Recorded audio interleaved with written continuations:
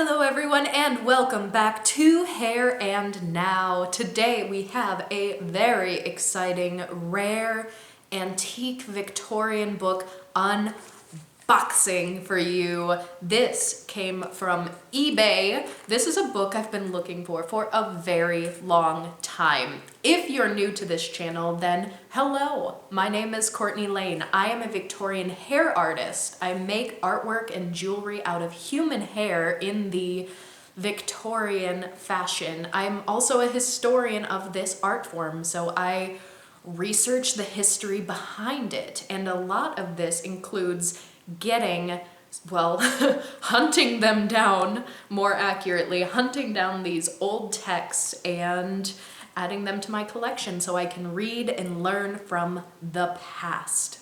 Ordinarily, an unboxing calls for some fancy scissors, but I have a box cutter today because, as you can see, my right side is useless.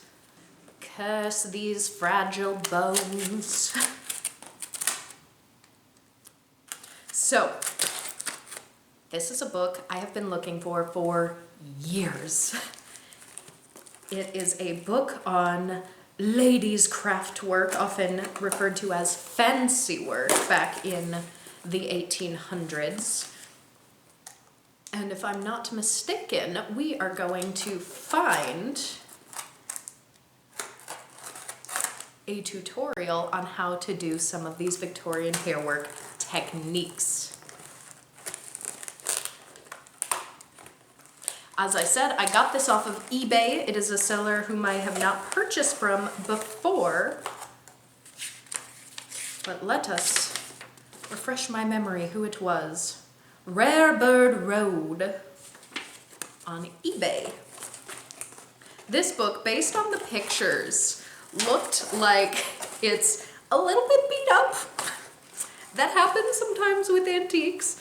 A lot of the books I've amassed are actually in really impeccable condition. So I'm a little nervous, but we'll see. So we have here, the cover itself actually looks pretty nice. Ladies, fancy work. The photos I saw that gave me a little bit of a concern is the binding there. You can see it's totally ripped off, but even the back looks pretty good. And truth be told, yeah, the binding's a little messed up, but I actually got this for a steal, so I was very excited. I've never seen this book, or should I say an original copy of this book, for sale before, even though I've been searching for years. So I got it for a steal. As long as all of the pages are there and intact, this will have been more than worth it. Now, as I open to peruse my new acquisition, if you are interested in seeing sort of what we do with these books, because I don't only learn from them for my own knowledge, I actually scan them and we convert them into searchable PDFs. I'm really trying to find ways to make these as readable, as accessible as possible, scans that have just really high quality images, because as you can see right here on the very first page, a lot of these guides have really beautiful illustrations, and some of the older scans of some of these books are just not excellent. So I figured, hey, there's gotta be a cost-effective, quick, easy way to make really high quality scans with our modern technology. So if you're interested in that process, I recommend clicking up there. We have a recent video on DIY book archiving featuring my spouse Royce, who helped me put together this process.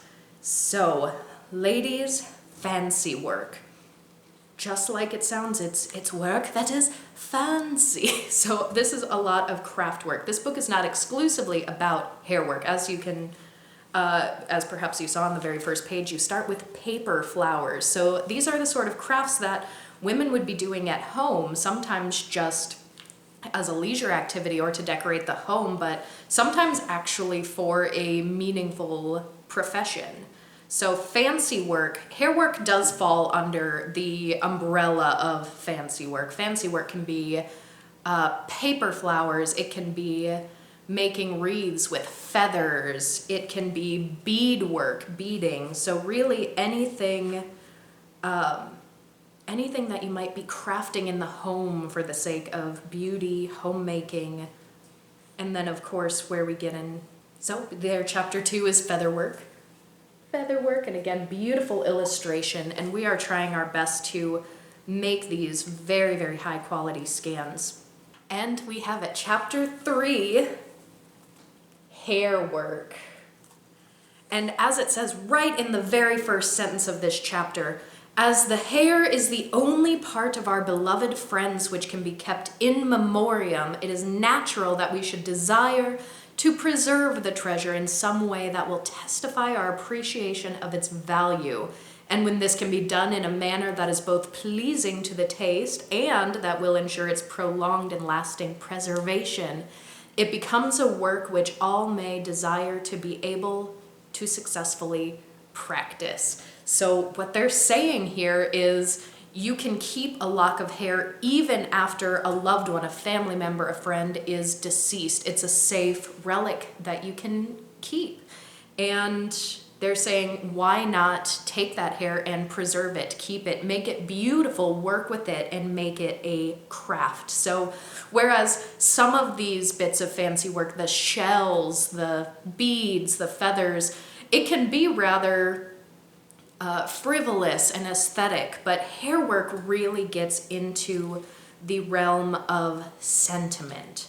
So not only are they going to talk a little bit on how to make it, first off I see they're talking about palette work, which is flat hair pictures, very good for putting in small frames or sometimes behind lockets for jewelry. We have some illustrations of examples of those, as you can tell.